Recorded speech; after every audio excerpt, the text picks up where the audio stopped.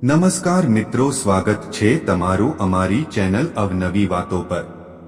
મિત્રો, એક સમય હતો જ્યારે માતા પાર્વતીએ ભગવાન શિવને પૂછ્યું હતું, હે સ્વામી, મેં જોયું છે કે માણસ ગમે તેટલો કમનસીબ હોય, બ્રહ્મ મુહૂર્તમાં તે ખૂબ જ ખુશ રહે છે।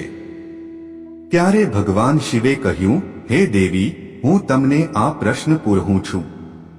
હું તમને એક નાની વાર્તા દ્વારા જવાબ જણાવીશ। કૃપા કરીને આ વાર્તા ધ્યાનથી સાંભળો, અને જે કોઈ આ કથાને સંપૂર્ણ રીતે સાંભળે છે તે બ્રહ્મ મુહૂર્તના રહસ્યને જાણીને તેનું આખું જીવન બદલી શકે છે। ત્યારે માતા પાર્વતી કહે છે, હે સ્વામી, તમે કથા કહો, હું ધ્યાનથી સાંભળીશ। પછી ભગવાન શિવ કથા કહેવાનું શરૂ કરે છે। ઘણા સમય પહેલા કાશીમાં મૃત્યુંજય નામનો એક છોકરો રહેતો હતો।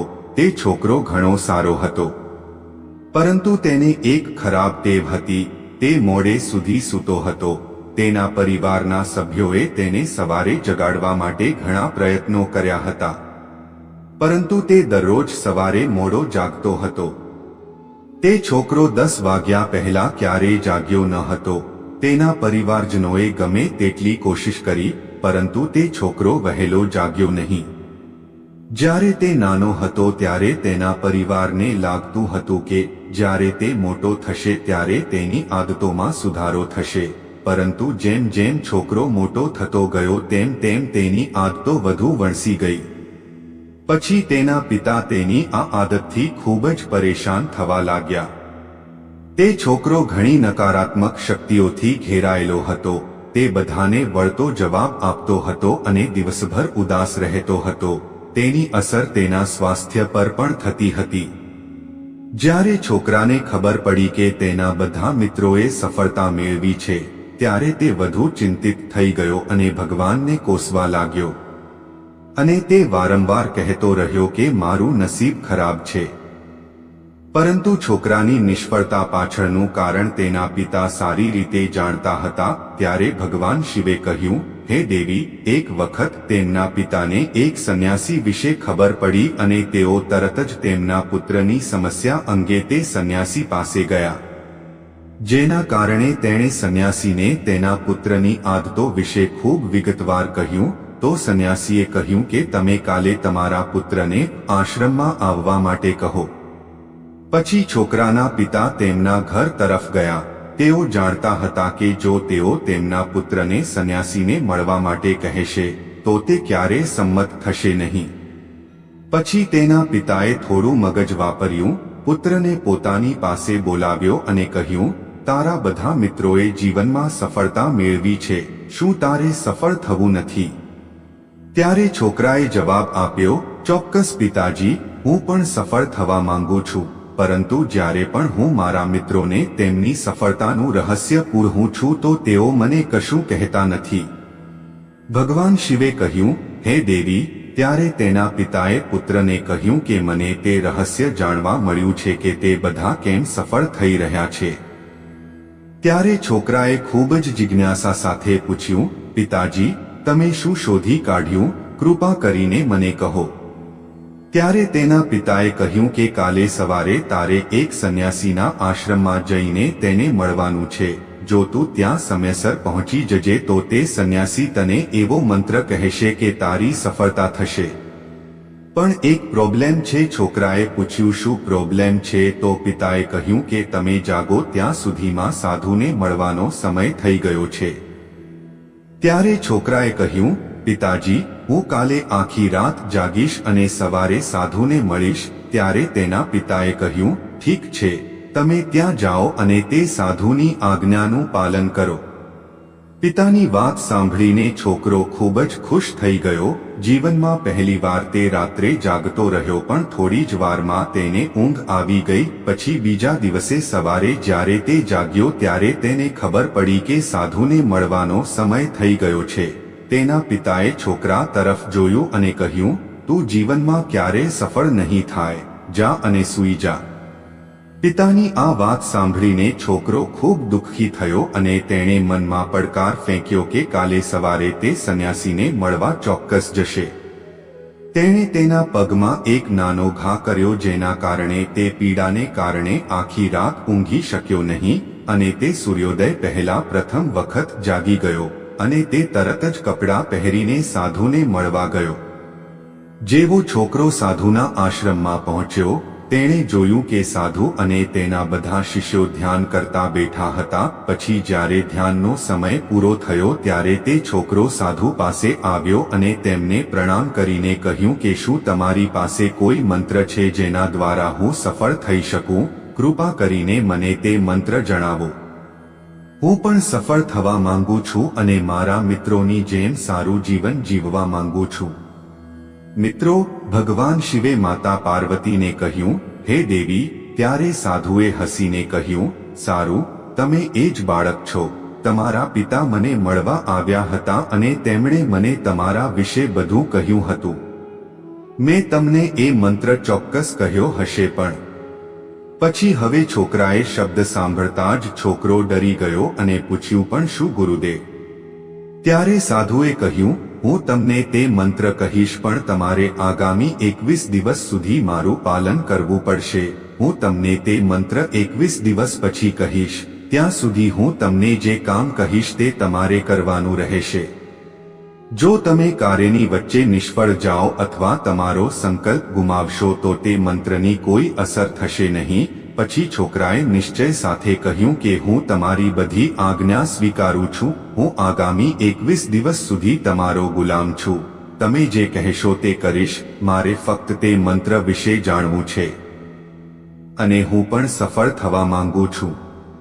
મિત્રો, ત્યારે ભગવાન શિવે કહ્યું, હે દેવી. સાધુએ છોકરાને કહ્યું કે ઠીક છે, તારું કામ કાલથી શરૂ થશે. તારે આશ્રમમાં વાસ કરવો જોઈએ.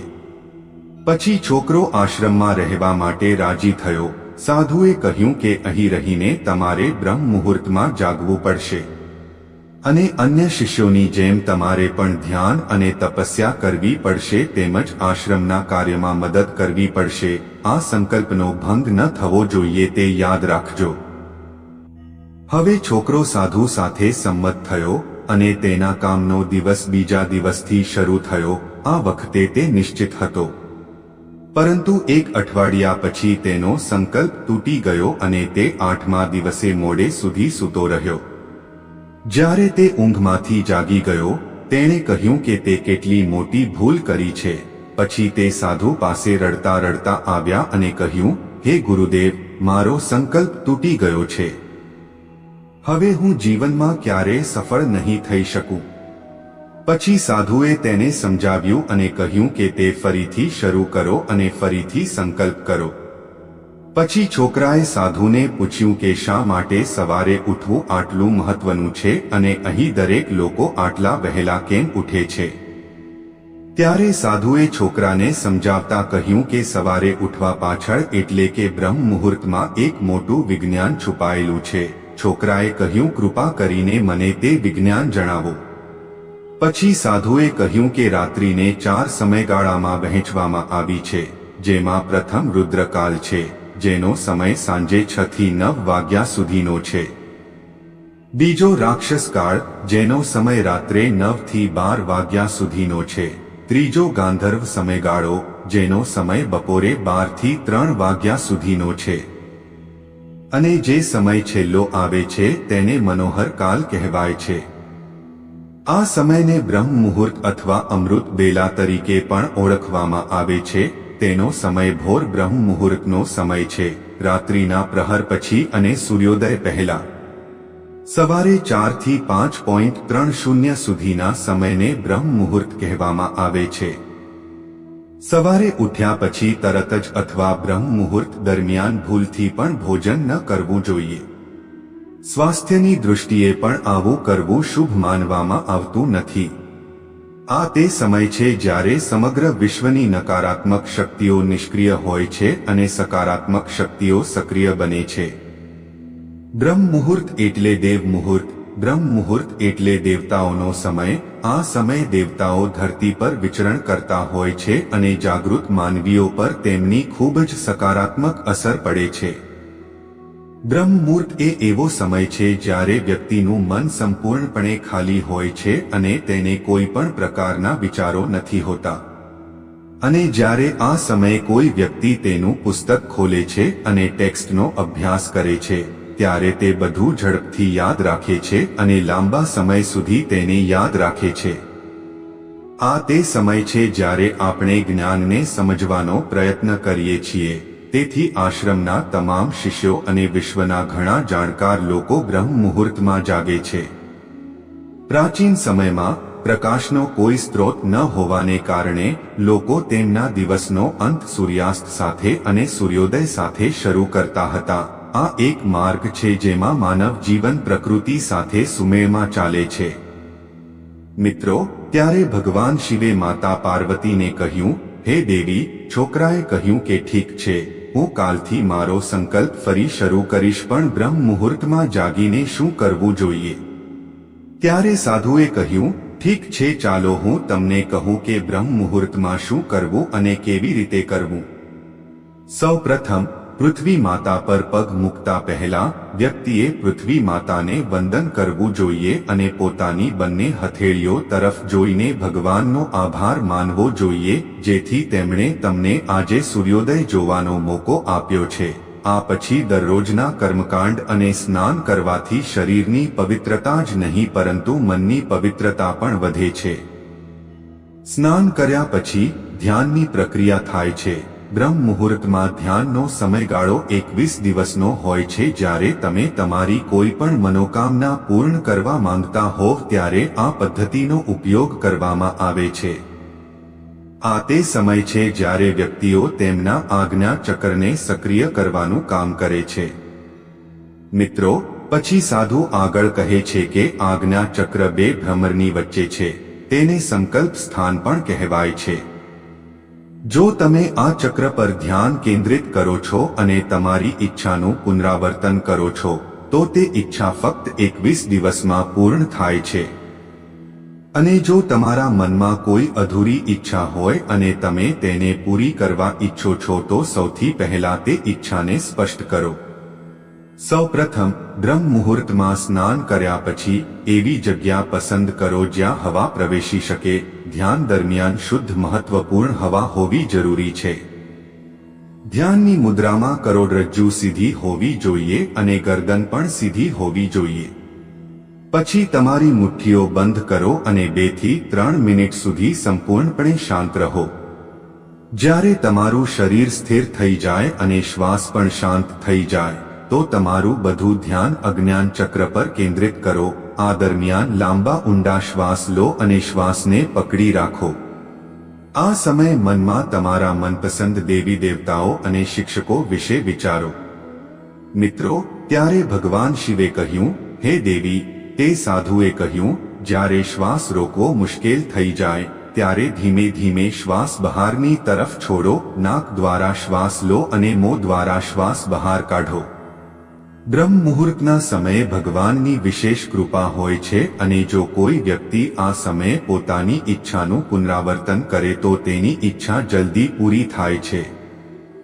મિત્રો, ત્યારે ભગવાન શિવે કહ્યું, હે દેવી, આ રીતે સાધુએ છોકરાને બ્રહ્મ મુહૂર્તનું મહત્વ કહ્યું, જેના કારણે છોકરાએ આગામી 21 દિવસ સુધી આ પ્રક્રિયાને ખૂબ જ હૃદયથી અપનાવી. હવે તે ખૂબ જ શિસ્તબદ્ધ અને સ્વભાવે શાંત થઈ ગયો હતો. છોકરાએ તેનો સંકલ્પ પૂરો કર્યો કે તરત જ તે છોકરો ખૂબ આનંદથી સાધુ પાસે ગયો અને કહેવા લાગ્યો, હે ગુરુદેવ, મેં 21 દિવસનો સંકલ્પ પૂર્ણ કર્યો છે. હવે કૃપા કરીને મને સફળ થવાનો મંત્ર કહો. ત્યારે સાધુએ હસતા હસતા કહ્યું, છેલ્લા 21 દિવસથી તમે જે પ્રેક્ટિસ કરી રહ્યા છો એ જ તમારી સફળતાનો મંત્ર છે. જે વ્યક્તિ બ્રહ્મ મુહૂર્તમાં જાગીને ધ્યાન પ્રક્રિયાને યોગ્ય રીતે કરે છે તે જીવનમાં ક્યારેય નિષ્ફળ નથી થઈ શકતો. તમે બ્રહ્મ મુહૂર્તનું રહસ્ય જાણી લીધું છે. હવે જો તમે તેનું પાલન કરશો તો જીવનના લક્ષ્ય અને સફળતા બંને પ્રાપ્ત કરી શકશો. પછી છોકરાએ સાધુનો આભાર માન્યો અને જીવનભર બ્રહ્મ મુહૂર્તના નિયમોનું પાલન કરવાનું વચન પણ આપ્યું. અને મિત્રો, જો વ્યક્તિ પોતાના જીવનની દિશાને કોઈ ખાસ રીતે બદલવા માટે તૈયાર ન હોય તો તેણે મધ્યરાત્રિનું ધ્યાન ન કરવું જોઈએ, કારણ કે આ સમયગાળા દરમિયાન કરવામાં આવેલ ધ્યાન કેટલાક ફેરફારો લાવે છે જેને તમે સંભાળી શકતા નથી. તો મિત્રો, આ રીતે ભગવાન શિવે માતા પાર્વતીને વાર્તા સંભળાવી. હું આશા રાખું છું કે તમને આ વાર્તા પસંદ આવી હશે, અને જો તમે આ ચેનલ અવનવી વાતો પર નવા છો તો કૃપા કરીને ચેનલને સબસ્ક્રાઇબ કરીને વિડીયોને લાઇક અને શેર કરો. કોમેન્ટ બોક્સમાં હર હર મહાદેવ લખો.